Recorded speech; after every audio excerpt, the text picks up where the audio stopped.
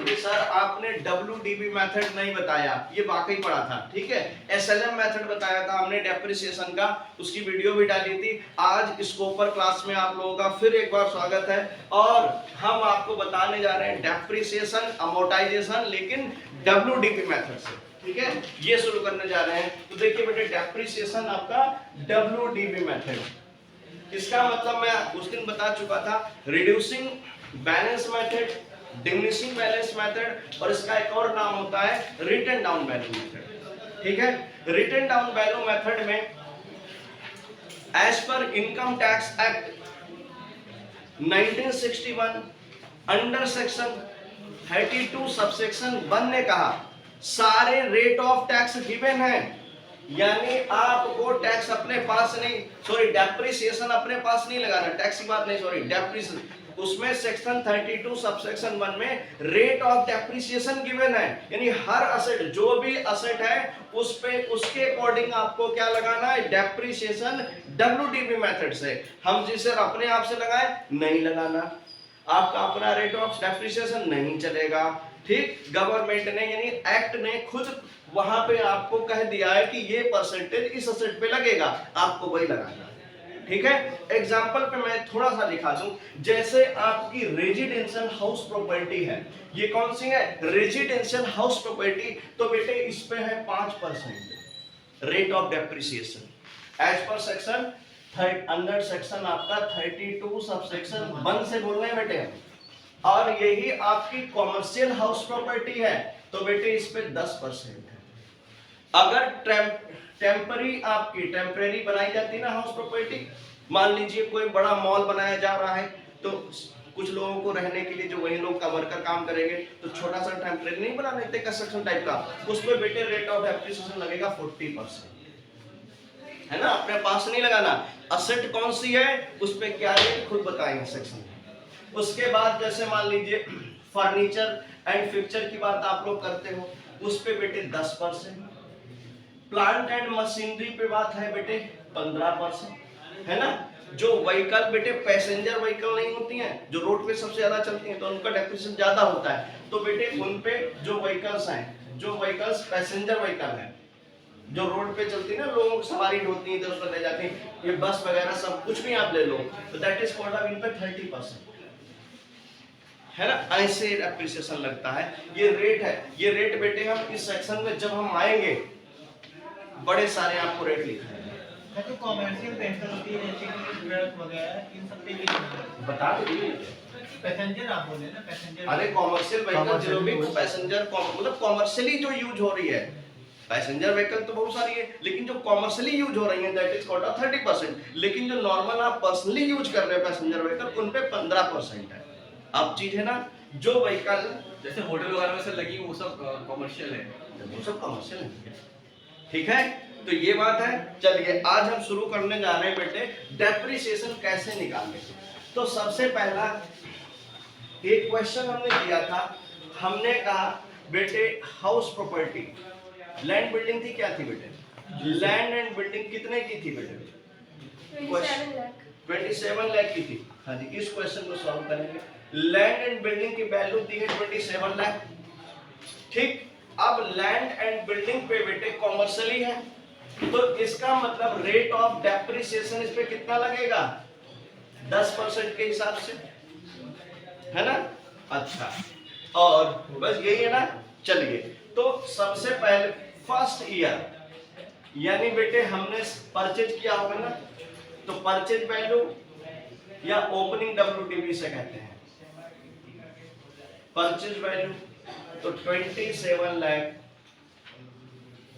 Minus करते बेटे इस पे डेप्रिसिएशन, कैसे, 27 लाख का बेटे 10% कितना होगा, 2,70,000। तो क्लोजिंग WDB कितनी, यानी closing W return down value कितनी बच जाएगी आपकी, कैलकुलेटर हाथ में रखिएगा,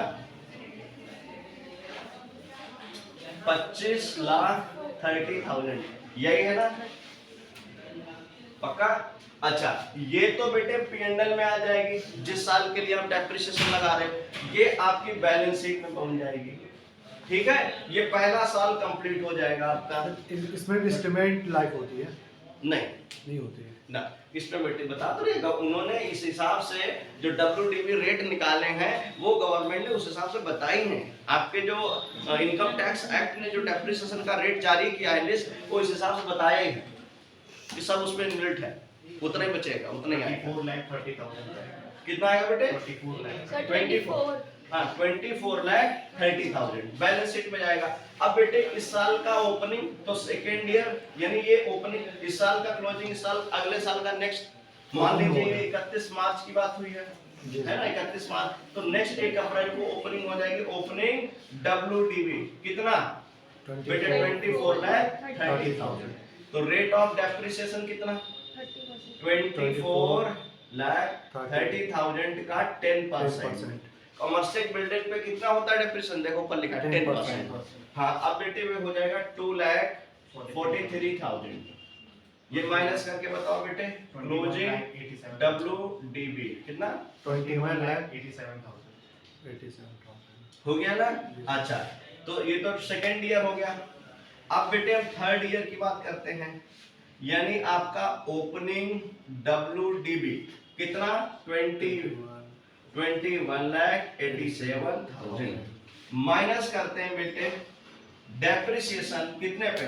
21,87,000 का बेटे 10% आ जाएगा 2187, तो 2,18,000 है ना, 2,80,700, यानी अब क्लोजिंग WDB कितनी बची आपकी? 19,68,300 19,68,300 है ना। अच्छा, बीच में एक लाइन डाल देते हैं। हम फोर्थ ईयर चलते हैं बेटे, यानी इस थर्ड ईयर का क्लोजिंग तो आपका ओपनिंग हो जाएगा, ओपनिंग रिटर्न डाउन वैल्यू हो जाएगी आपकी 19,68,300, माइनस करेंगे बेटे डेप्रिसिएशन कितना? 19,68,300 का 10% बेटे, ये जाएगा 19,6830। ठीक, तो बेटे क्लोजिंग WDB हाँ 17,71,470 ये 17,71,470। चलिए, ये क्लोजिंग तो फिफ्थ ईयर की बेटे ओपनिंग यही हो जाएगी ना। ओपनिंग WDB कितना? 17,71,470। तो बेटे माइनस करेंगे डेप्रिसिएशन कितना?